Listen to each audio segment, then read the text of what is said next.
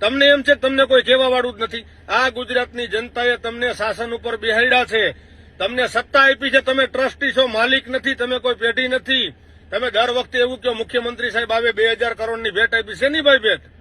શેની ભેટ? અમારા રૂપિયા છે ને તમે આપો છો, અમને વ્યવસ્થા કરી દો છો, સુવિધા આપો છો. અરે મોડું કરો હો ને એમાં તમને દંડ થવો જોઈએ, તમને મારવા જોઈએ. ગુજરાતની પરિસ્થિતિ જોવો તમે. આજ યુપી ને બિહારના દાખલા ગુજરાતમાં દેવા માંડ્યા. અરે આજ બેન દીકરી તો ઠીક, એક સામાન્ય માણસ પોતાના ઘરેથી જણ મરદ આદમી બહાર નીકળતા ડરે છે. ક્યાં તમારી કાયદોની વ્યવસ્થા ગઈ? કોઈ કહેવા વાળું જ નથી. તમારા ગૃહમંત્રી 4 શબ્દો ફાંકા ફોજદારી કરીને વયા જાય. મુખ્યમંત્રી તો ભોરિયો બાપો. મક્કમ અને મૃદુ. શું મક્કમ અને મૃદુ? શાસક તો કઠોર હોવો જોઈએ.